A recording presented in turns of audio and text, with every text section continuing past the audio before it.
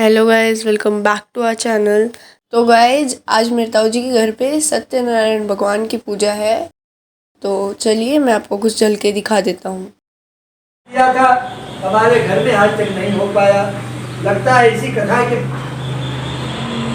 जो नहीं हुआ उसके प्राची से हम लोग का यह दिन गुस्सा हो गया। हे प्रभु, हमारे पति दामाद बहुत कुछ लोग घर आ जाएंगे। तो मैं पुनः संकल्प लेती हूँ, आपकी कथा मैं स्वयं करूँगी।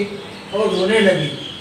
अब भगवान को दया गई, दीन दयाल विरुद्ध संभारी, हारहु नाथ मम संकट भारी।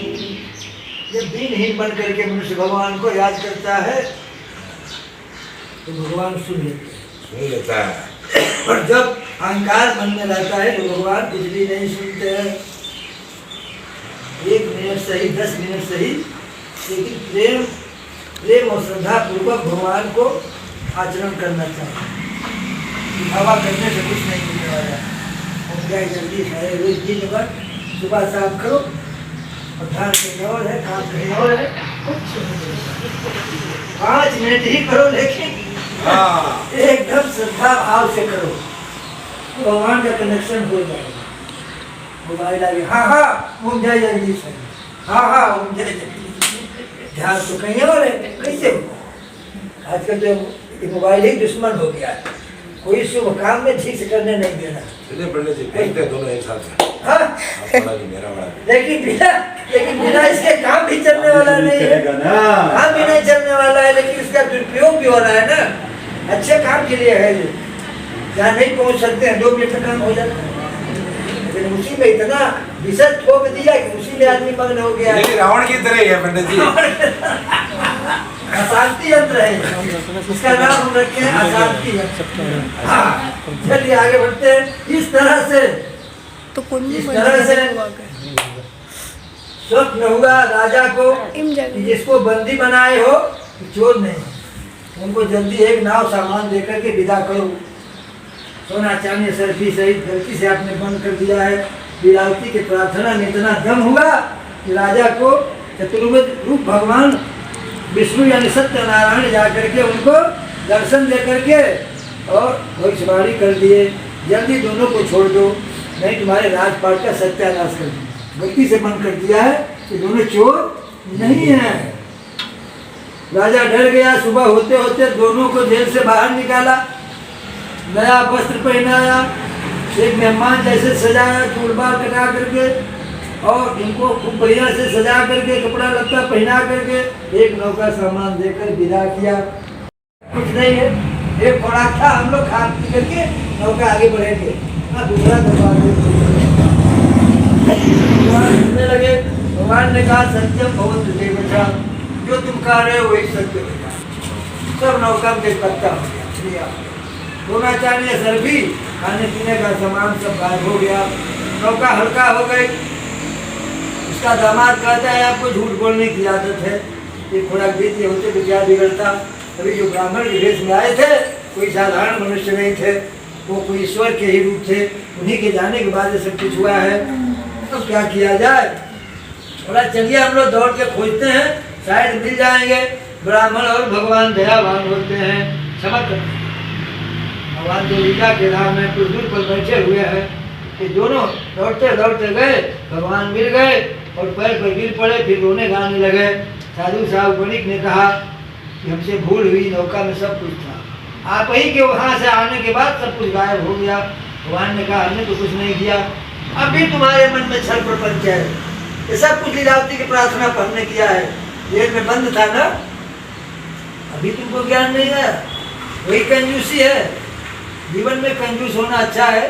कंजूस का मतलब धन का संयम करना ही चाहिए, लेकिन इतनी भी कंजूसी अच्छी नहीं है कि हाथ से दान उद्धार न कर पाए, शुद्ध वस्त्र न पहने, खाना पीना बढ़िया न खाए, तो धन का किस काम का? किसी काम का नहीं है। जो इतना भी कंजूसी करता है, शुद्ध पहनता नहीं, खाता नहीं, हाथों से दान पुण्य नहीं करता, उसका धन दूसरा ही खाता है। तो सजोते सजोते चला जाएगा, फिर वो तीसरे के हाथ लगेगा और बिना परिश्रम के मार देगा, तो चला जाएगा। इसलिए जब तक जीवे सुखम जित्वा सुखम जीवे, जब तक जियो सुख से जियो। कल किसने देखा है? कोई नहीं देखा। जो भी भगवान देता है ढंग से पहनो, ढंग से खाओ, भगवान के लिए भी कुछ करते जाओ। यही जीवन का सत्य है। अन्यथा एक ही साथ करेंगे कुछ नहीं कर पाएगा। एक साथ आएगा नो काम होगा। करते जाओ करते जाओ। उसके नौका में सब कुछ फिर हो गया। नौका लेके फिर नगर के समीप पहुंचे। कुछ संदेशा दिए लीलावती को कि बहुत सा सामान लेके आए हैं। कुछ समय लीलावती करावती दोनों इसी कथा में फिर बैठे हुए हैं। ये वो सुने कि बड़ा धन लेके आए हैं नौका में भरा हुआ।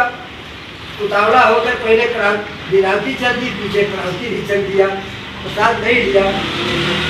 अब भगवान फिर नाराज हो गए कि मेरे पूजा में से उठ के बिना प्रसाद दिए चले गई। वही नौका है लेकिन दिखाई नहीं दे रहा है। अब लीलावती कहती है अपने पुत्री करावती से अपने पिता का खड़ाऊ लाओ, अब मैं शरीर को इसमें त्याग दूंगी। अभी तो पता चला कि नौका में बड़ा सामान लेके आए, लगता नौका डूब गई। ऐसा मन में विचार आया कि अब मैं प्राण दे दूंगी। यही ऐसा सोच आता है, भगवान सोचे तो आत्महत्या कर लेगी। फिर उसको ज्ञान दिया, अरे मूर्ख, तुमने मेरा प्रसाद छोड़ के आ गई, उसी जगह जाओ जहाँ प्रसाद छोड़ के आई हो, फिर ग्रहण करके आओ, उसके बाद तुमको सब कुछ प्राप्त होगा। फिर दोनों गए, प्रसाद लेके आए और सारा सामान ढोके घर में ले गए। यहाँ भाव ये मिलता है, किसी पूजा पाठ में कोशिश रखना चाहिए कि प्रसाद लेके ही जाए। टाई बाई लगा के बीच में गए, 10 मिनट खड़ा हुए, प्रसाद भी नहीं लिए। अब 5 मिनट आरती का रह गया है, गाड़ी स्टार्ट किए, चल दिए, कोई फायदा नहीं, नथिंग कोई फायदा नथिंग एकदम। उससे अच्छा मत जाओ, प्राचित नहीं लगेगा। लेकिन उस स्थान में जाके उस मंडप में जाके मंडप में अगर प्रसाद लेके नहीं लौटा तो भगवान का मर्यादा का उल्लंघन किया। शायद जिस काम के लिए जल्दी जा रहे हो काम नहीं होगा। अगर प्रसाद लेके गए, लेट भी हुआ, नहीं होने वाला भी काम हो जाएगा। वृंदावन बिहारी लाल की जय। ये है भगवान के प्रसाद का फल। प्रसाद मांग के भी लेने में पुण्य है, क्योंकि वो कोई भोजन नहीं है, भर पेट खाया, पानी पी लिया, चाय नहीं। जितना लोगों में बांट दिया जाए उसी में कोई पवित्र आत्मा होगा।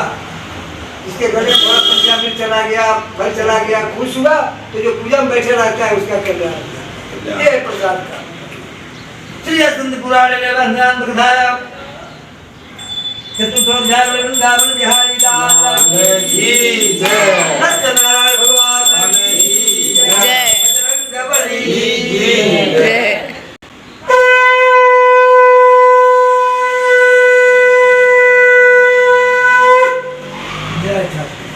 चावल फूल लेने प्रसादम च गो घोड़ासन निधाम धन पुदिकात गो भय लोके सुखम मुक्तवा शांति सत्यम ब्रह्म हो इदम शब्दवा फल प्रदान विद्यो बंधनात् धृतो लभिते विद्यो बंधनात्। कहते हैं इस कथा के पुण्य से दरिद्र आदमी भी वित्तवान हो जाता है, धनवान हो जाता है, भगवान की कृपा हो जाती है। जिसके मन में संशय है, भय है, उसके सारे भय अपने आप दूर हो जाते हैं। सर्व दुखों मुक्तो भवति मानव। सभी प्रकार के कष्ट को निवारण करने वाला ये भगवान सत्यनारायण की कथा इस कलयुग में एक वरदान सिद्ध ही है। यह इदम शब्दवा पापन प्रसादता सत्यनारायण निर्माण संभा सदानंद महाराजा सुदामा ब्राह्मणो बभु।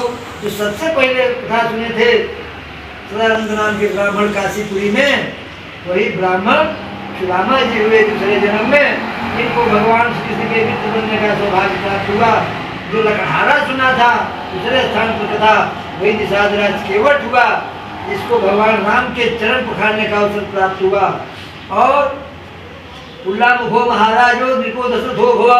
उल्लामुख नाम का राजा, वही राजा दशरथ हुए, जिनको भगवान राम के पिता बनने का अवसर प्राप्त हो गया। उनकी पुण्य जग गई। श्री वैकुंठ गाम धर्मगन साधु मोर ध्वजो भव। और साधु था बनी तो महान कंजूस था। अंत में उसके पत्नी के प्रयास से उसके घर में कथा हुआ। उस कथा के पुण्य से अगले जन्म में मुलद्दध नाम का राजा हुआ। हरिचंद्र ऋषि मुलद्दध ऐसे राजा इस धरती पर हुए जिनका सत्य के इतिहास में नाम अमर है। ऐसे राजाओं में उसका नाम गिनती होता है।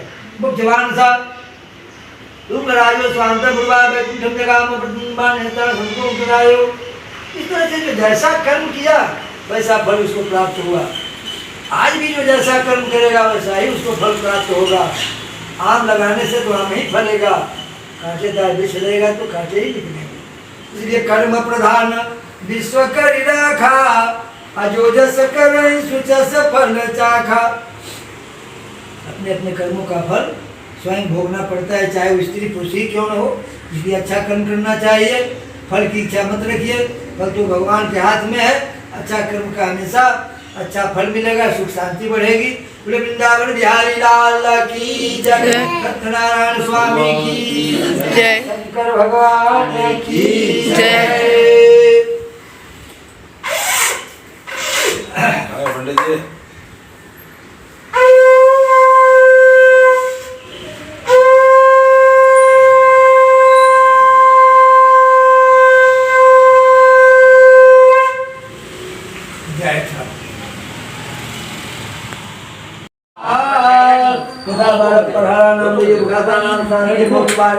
ओम नमो भगवते वासुदेवाय नमः स्वाहा।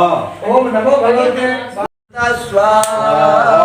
तथा बालक प्रहाराणाम देव घातानाम शांति मधुबालिका। ओम गणेशाय नमः स्वाहा। ओम गौरजाय नमः स्वाहा। ओम कलशधीपताय नमः स्वाहा। ओम वरुणाय नमः स्वाहा। असंख्यात रुद्रेभ्यो नमः स्वाहा। ओम सूर्याय नमः स्वाहा। ओम चंद्रमसे नमः स्वाहा। ओम बृहस्पते नमः स्वाहा। बुद्धाय नमः स्वाहा। राहवे नमः स्वाहा। केतवे नमः स्वाहा। शुक्राय नमः स्वाहा। शनिश्चराय नमः स्वाहा। ओमाय नमः स्वाहा। ओम शालिग्रामाय नमः स्वाहा। सत्यनारायणाय नमः स्वाहा। राम देवताभ्यो नमः स्वाहा। कुल देवताभ्यो नमः स्वाहा। स्वाहा।